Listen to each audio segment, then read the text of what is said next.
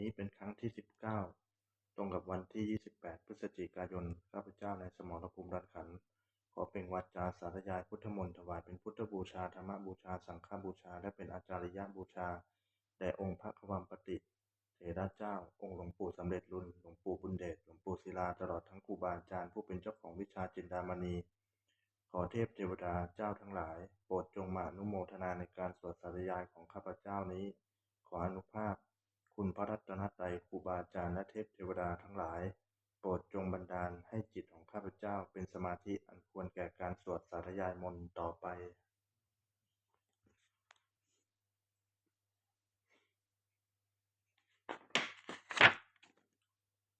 บทสวดชุมนุมเทวดาสมันตาจักรวาเลสุอัตราคัญชันตุเทวตาสัทธมังมุนีราชสัตตุนันตุสักขโมกทัง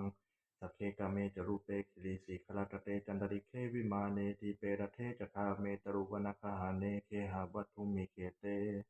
อุมาจยันตุเทวาชลธราวิสาเมยคคันทัปนาคาติทันตาสันติเกยังมุนิวราวจนังสาทโวเมสุนันตุธรรมสวนาการโรยัมพทันตาธรรมสวนาการโรยัมพทันตาธรรมสวนาการโรยัมพทันตาบทสวดนมัสการสิทธิคาถานะโมตัสสะภะคะวะโตอะระหะโตสัมมาสัมพุทธัสสะนะโมตัสสะภะคะวะโตอะระหะโตสัมมาสัมพุทธัสสะนะโมตัสสะภะคะวะโตอะระหะโตสัมมาสัมพุทธัสสะบทสวดสัจจกิริยาคาถานาทิเมสรนังอัญญังพุทโธเมสรนังวรังเอเตนะสัจวัชเชนะโสติเมโหนตุสัพพทานาทิเมสรนังอัญญังธัมโมเมสรนังวรังเอเตนะสัจวัชเชนะโสติเมโหนตุสัพพทานาทิเมสรนังอัญญังสังโฆเมสรนังวรังเอเตนะสัจวัชเชนะโสติเมโหนตุสัพพทาบทสวดมหาการุณิโกนาโถติอาธิกาคาถามหาการุณิโกนาโถอัฏฐายสาภปานินังปูเรตวาปารมีสัพพะปัตโตสัมโพธิมุตตมังเอเตนะสัจวัชเชนะมาโหนตุสัพพุปัตถวามหาการุณิโกนาโถหิตายสัพพปานินังปูเรตวาปารมีสัพพะปัตโตสัมโพธิมุตตมังเอเตนะสัจวัชเชนะมาโหนตุสัพพุปัตถวามหาการุณิโกนาโถสุขายะสัพพปานินังปูเรตวาปรมีสัพพะปัตโตสัมโพธิมุตตมังเอเตนะสัจวัชเชนะมาโหนตุสัพพุปัตถวา บทสวดมหาสมัยสูตรเอวัมเมสุตังเอกังสมยังภควาสาเกสุวิหารติกปิระวาทุสมิงมหาวเนมหาตาภิกขุสังเคนะสาติงปัญจมัตเตหิภิกขุสเตหิสาเพเหวะอรหันเตหิทัสสหิจโรกธาตุหิเทวตาเยปุยเยนะสันนิปติตาโหนติภควันตังทัสสนายภิกขุสังคัญจะอัตถโคจตุนังสุทาวาสกายิกานังเทวานังเอตตะโหเสียยังโคภควาสักเกสุวิหารติกปิระวัตถุสมิงมหาวเนมหาตาภิกขุสังเคนะสัตติงปัญจมัตเตหิ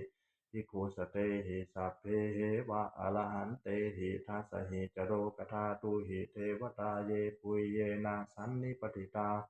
โหนติภควันตังทัสสนายภิกขุสังคัญจายันนูนามยามปิเยนะภควาเตนุปสังกเมยามาอุปสังกมิตวาภควโตสันติเกปัจเจกคาถาภาเสยยามาติอาทโคตาเทวตาเสยยถาปีนามะภลวาปุริโสสัมมันจิตังวาพาหังภาษาเลยยาภาษาลิตังวาพาหังสัมมินเชยยะเอวะเมวะสุทาวาเสสุเทเวสุอันตรหิตาภควโตปุระโตปาตุระหังสุอาทโคตาเทวตาภควันตังอภิวาเทตวาเอกมันตังอัตถังสุเอกมันตังทิตาโคเอกาเทวตาภควโตสันติเกหิมังคาทังอภาสิมหาสมโยปวะนาสมิงเทวกายาสมาคตาอาคตัมหาอิมังธรรมะสมยังทักขิตาเยวะอปราชิตสังคันติอัตถโคอปราเทวตาภควโต สันติเกอิมังคาทังอภาสิตัตระภิกขโวสมาทหังสุจิตตังอัตโนอุชุกรรมกังสุสารทีวเนตานิคะเอตวาอินทรียานิรักขันติปันทิตาติอาตโคอปราเทวตาภควโตสันติเกอิมังคาทังอภาสิเจตวาขีลังเจตวาปรีคังอินทขีลังโอหัจมะเมจาเตจรันติสุทาวิมาลาจากภูมาตาสุทันตาสุสูนาคาติอาตโคอปราเทวตาภควโตสันติเกอิมังคาทังอภาสิเยเกจิพุทธังสรนังคตาเสนเตกมิสันติอปายภูมิง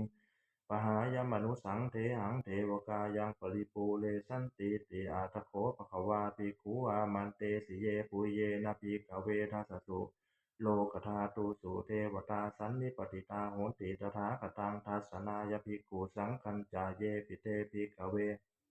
อเหสุงอตีตมัตตานังอรหันโตสัมมาสัมพุทธาเตสัมปิภควันตานังเอตปรามาเยวะเทวตาสันนิปติตาอเหสุงเสยยถาปิไมหังเอตระหิเยปิเตภิกขเวภวิสันติอนาคตามัตตานังอรหันโตสัมมาสัมพุทธา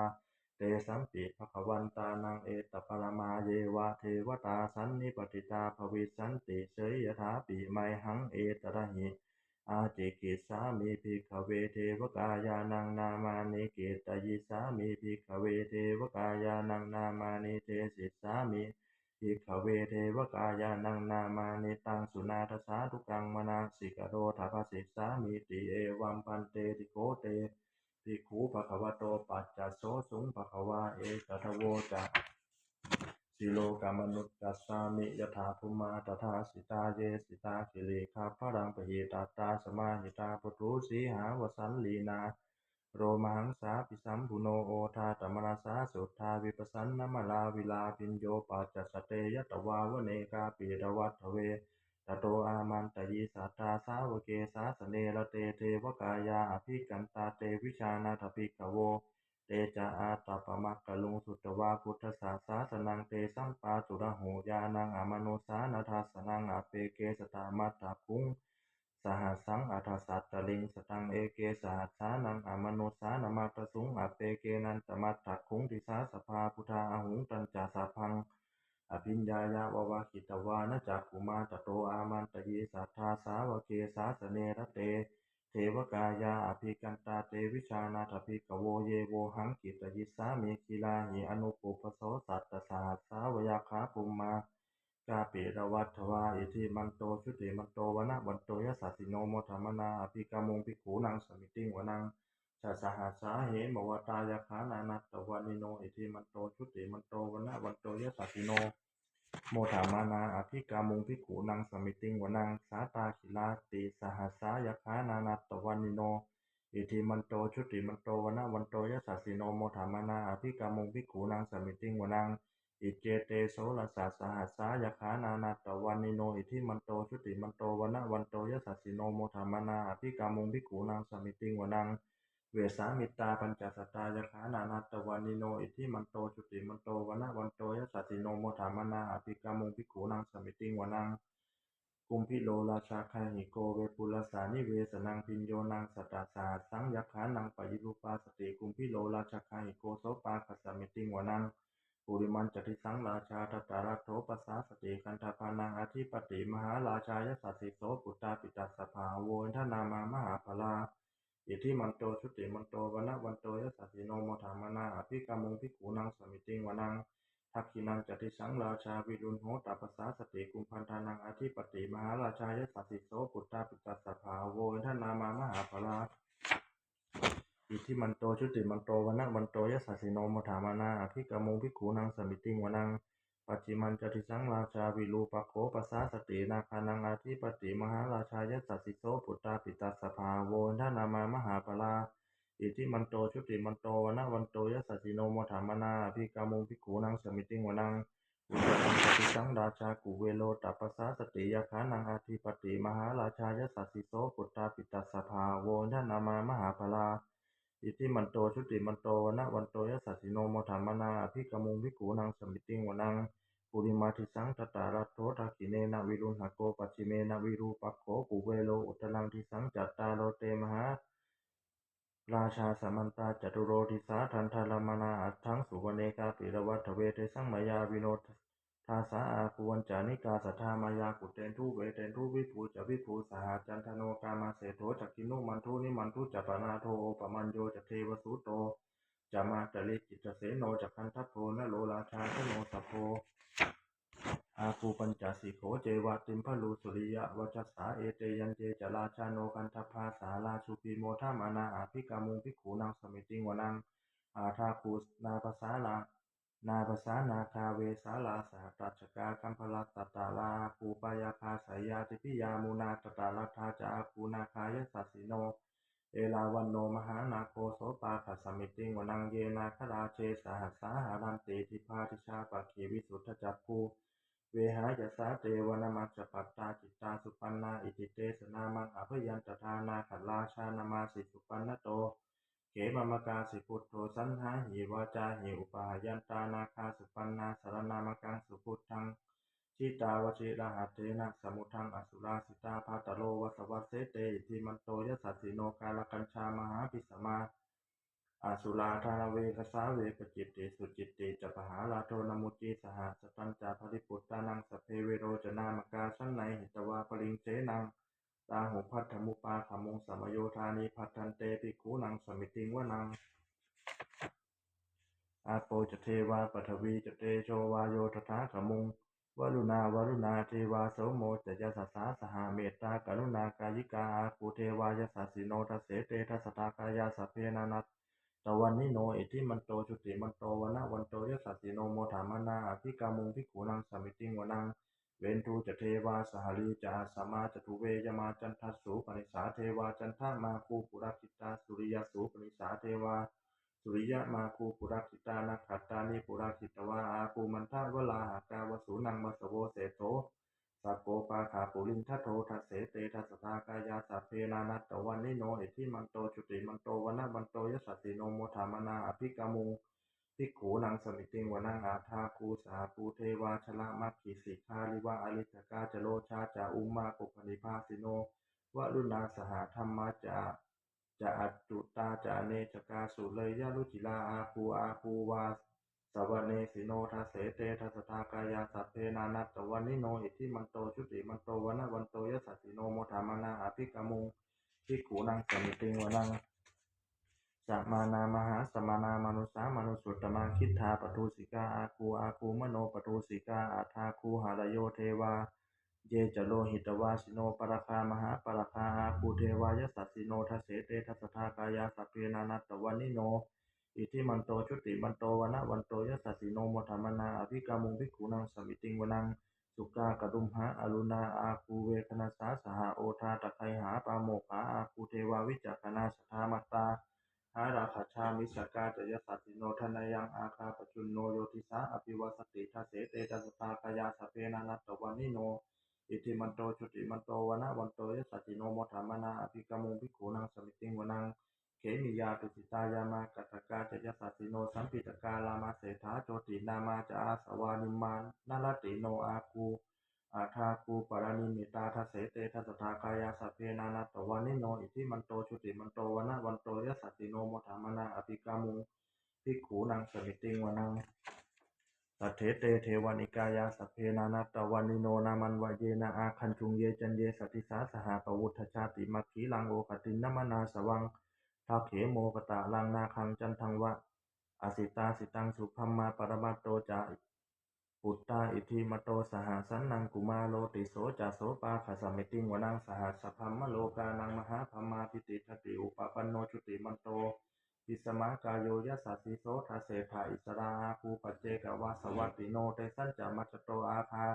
หาลิโตปริวาริโตเตจัสสเพอภิกันเตสินเทเทเวสพัมมเกมาลเสนาอภิกามิปัสสะกันหัสสามันติยังเอถาคณาถา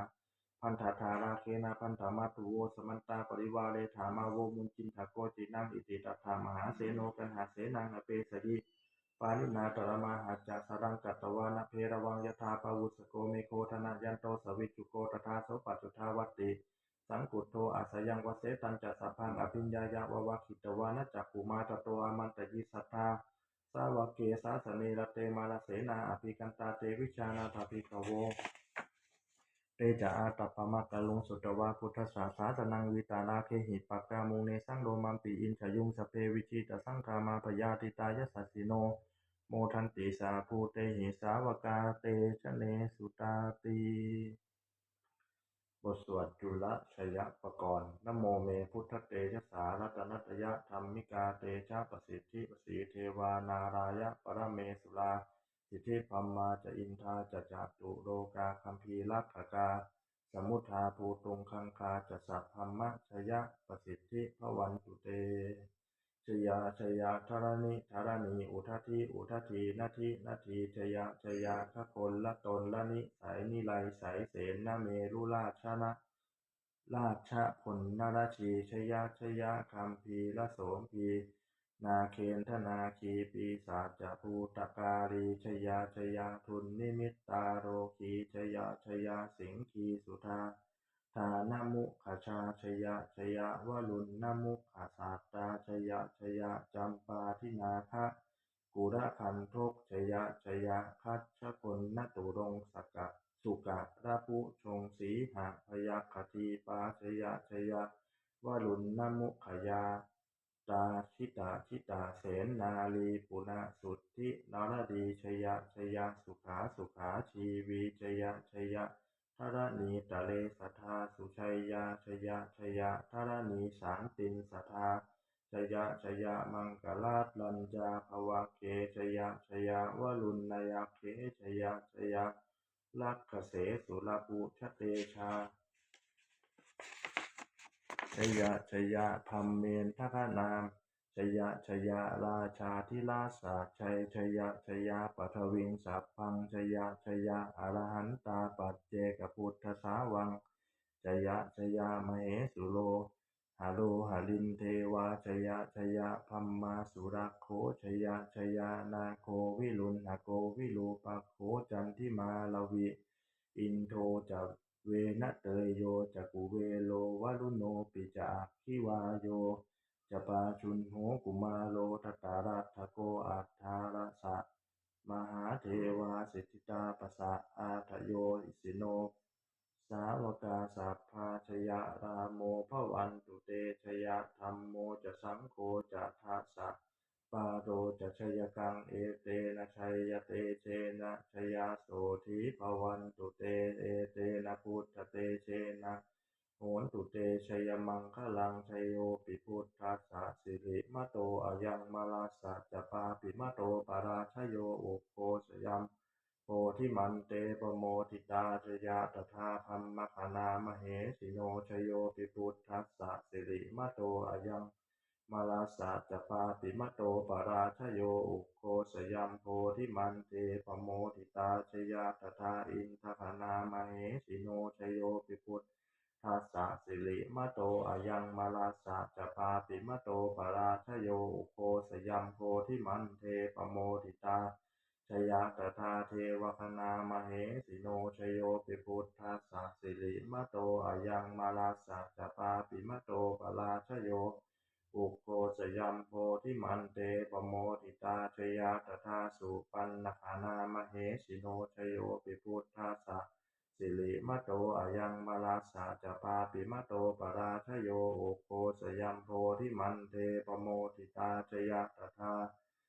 นาคคณามเหสิโน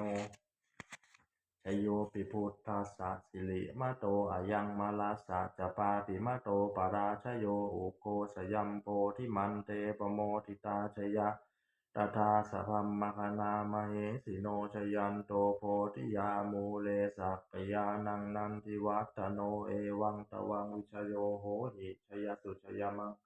คะเลอปราชิตปัลลังเกสีเสปทวิโปคะเลอภิเสเกสัพพุทธานังอัคคปัตโตปโมทติสุนัขตังสุมังคลังสุปาปาตังสุโหติตังสุปโนสุโมโหโต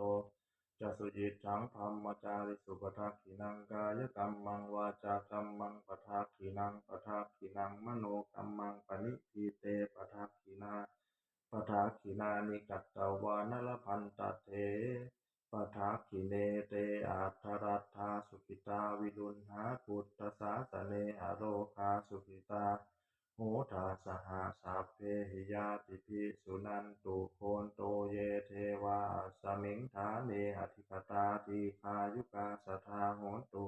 สุขิตาโหนตุสัพพทารักขันตุสัพพสัตตานังรักขันตุชินาสาสนังยากาจิปัฏฐนาเตสังสัพเพปุเรนตุมโนรถายุตตกาเลปวัสสันตุวัสสังวัสสาวลาหกาโลกาจุปัตถวาเตสังนิวาเรนตุจะสัพพทากายาสุขังจิตตสุขังอรหันตุยะถาละหัง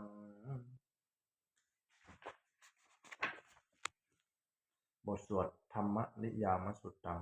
เอวัมเมสุตังเอกังสมยังภควาสาวัตติยังวิหารติเชตวเนอนาคปินทิกัสสะอาลาเมตัตตรัสโขภควาภิกขุอามันเตสิภิกขโวติภทันเตติเตภิกขุภควโตปัจจัสโสสุงภควาเอตทโวจะอุปาทาวาภิกขเวตถาคตานังอนุปาทาวาตถาคตานังทิตาวสาธาตุธรรมะทิตตาธรรมนิยามตาสัพเพสังขารานิจจติตังตถาคโตอภิสัมพุทธติอภิสเมติอภิสัมพุทธิตวาอภิสเมติอภิสเมตวาอาจิคติเทเสติปัญญเปติปัฏฐเปติวิวารติวิภาชติอุตานิกาโลติสัพเพสังขารานิจจติอุปาทาวาภิกขเวตถาคตานังอนุปาทาวาตถาคตานังทิตาภสาธาตุธรรมทิตตาธรรมนิยามตาสัพเพสังขาราทุกขาติตังตถาคโตอภิสัมพุทธติอภิสเมติอภิสัมพุชิตวาอภิสเมตวาอาจิคติเทเสติปัญญเปติปัฏฐเปติ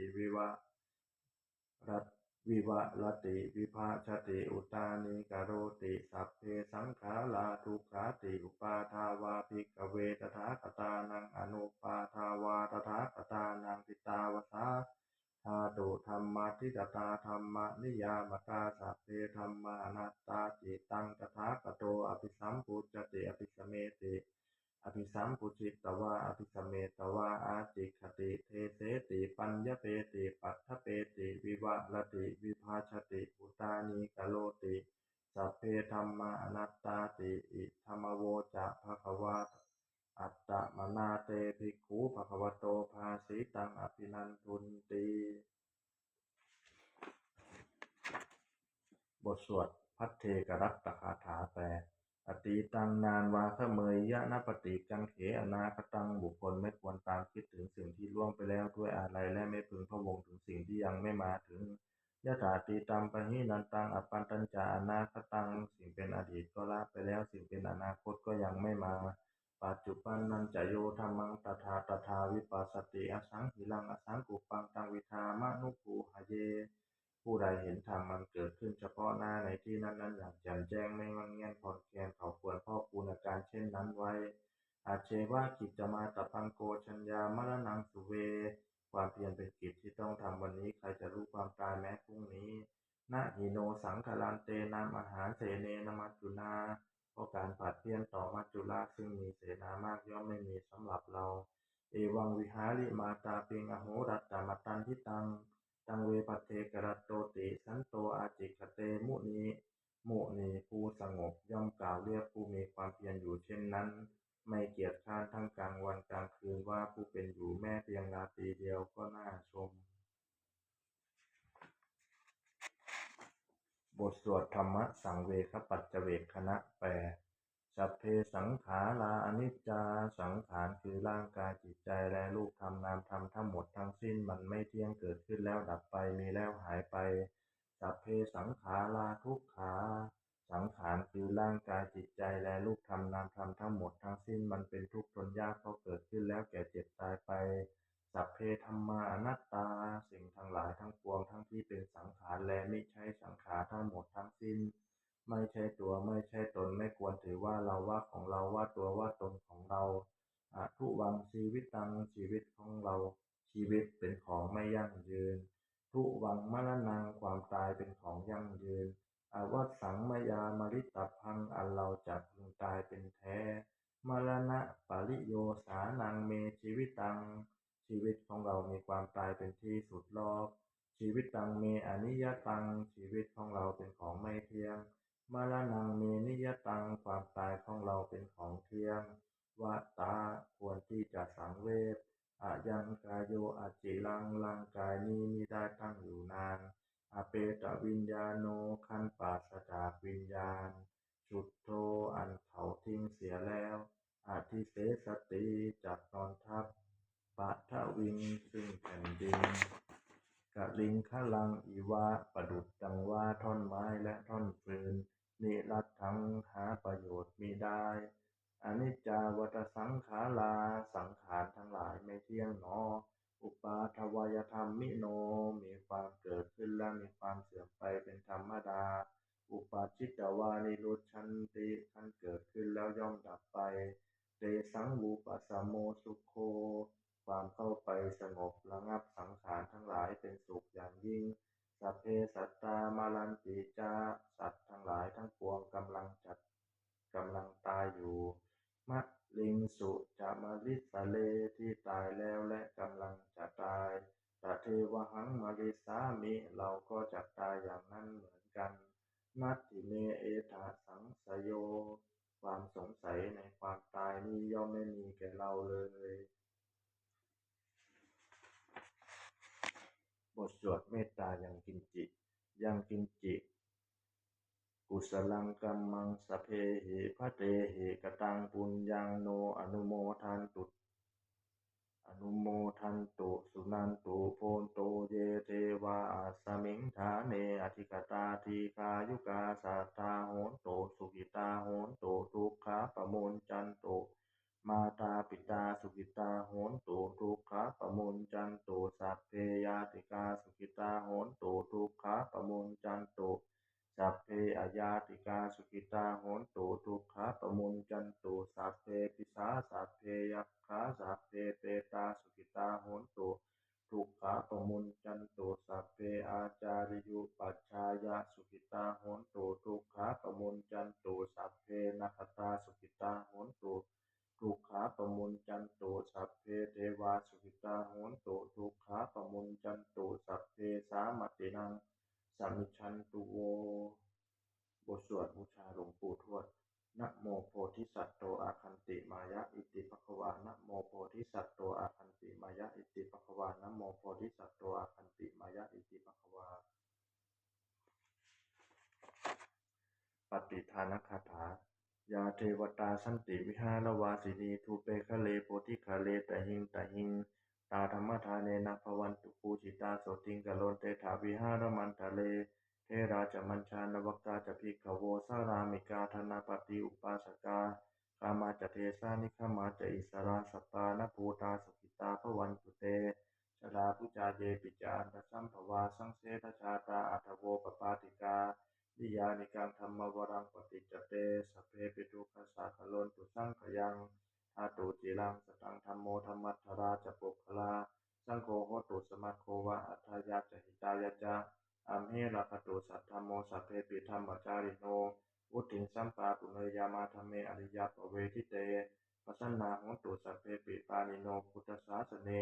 สัมมาทารังปเวชันโตกาเลเทโวปวัสสตุวุติภาวายาสัตตานังสมิทังเนตุเมทะเนงมาตาปิตาจาตระชังจังลักขันติปุตตะกังเอวังธรรมเมนาราชาโนปชังลักขันตุสัพพทา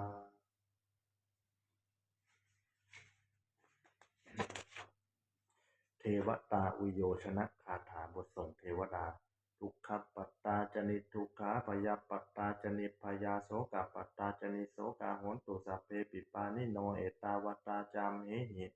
สัมปตังปุญญสัมปทังสัพเพเทวานุโมทันตุสัพพสัมปติสิทธิยาทานังทันตุสัทธายะสีลังราคันตุสัพพตาภาวนาภิรตาโหนตุคัญชันตุเทวตาหตาสุมังคละคาถาโหนตุสัพพังสุมังคลังราคันตุสัพพเทวตาสัพพะพุทธานุภาเวนะโสติโหนตุนิรันตรังโหนตุสัพพังสุมังคลังราคันตุสัพพเทวตาสัพพะธรรมานุภาเวนะโสติโหนตุนิรันตรังโหนตุสัพพัง สุมังคลังรักขันตุสาปเทวตาสัพพสังฆานุภาเวนะโสติโหนตุนิรันตรังสัพเพพุทธาภรัตปัตตาปัจเจกานันจะยังพลังอรหันตานันจะเตเชนะรักขังพันธามิสัพพโสสัพเพพุทธาภรัตปัตตาปัจเจกานันจะยังพลังอรหันตานันจะเตเชนะรักขังพันธามิสัพพโสสัพเพพุทธาภรัตปัตตาปัจเจกานันจะยังพลังอรหันตานันจะเตเชนะรักขังพันธามิสัพพโสสัพเพพุทธาภรัตปัตตาปัจเจกานันจะยังพลังอรหันตานันจะเตเชนะรักขังพันธามิสัพพโสสัพเพพุทธาภรัตปัตตาปัจเจกานันจะยังพลังอรหันตานันจะเตเชนะรักขังพันธามิสัพพโสสัพเพพุทธาภรัตปัตตาปัจเจกานันจะยังพลังอรหันตานันจะเตเชนะรักขังพันธามิสัพพโสสัพเพพุทธาภรัตปัตตาปัจเจกานันจะยังพลังอรหันตานันจะเตเชนะรักขังพันธามิสัพพโสสัพเพพุทธาภรัตปัตตาปัจเจกานันจะยังพลังอรหันตานันจะเตเชนะรักขังพันธามิสัพพโสสัพเพพุทธาภรัตปัตตาปัจเจกานันจะยังพลังอรหันตานันจะเตเชนะรักขังพันธามิสัพพโส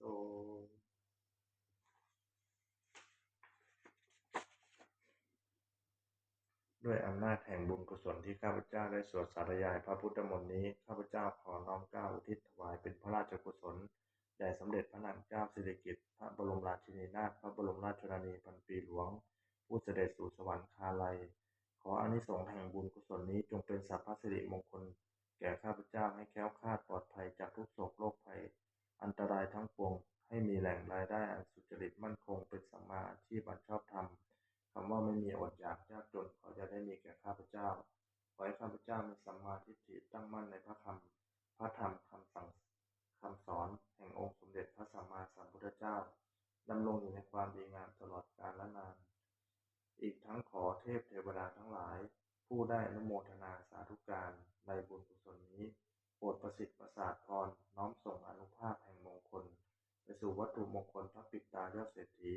ทั้งฝ่ายไทยและฝ่ายลาวรวมถึงวัตถุมงคลทั้งปวงที่สามสิงห์อโมเลได้จัดสร้างขึ้นให้เปี่ยมด้วยพุทธานุภาพเทวานุภาพและฤทธานุภาพอันศักดิ์สิทธิ์อำนวยผลให้เป็นสิริมงคลแก่ผู้ครอบครองและบูชาทุกประการเทอญ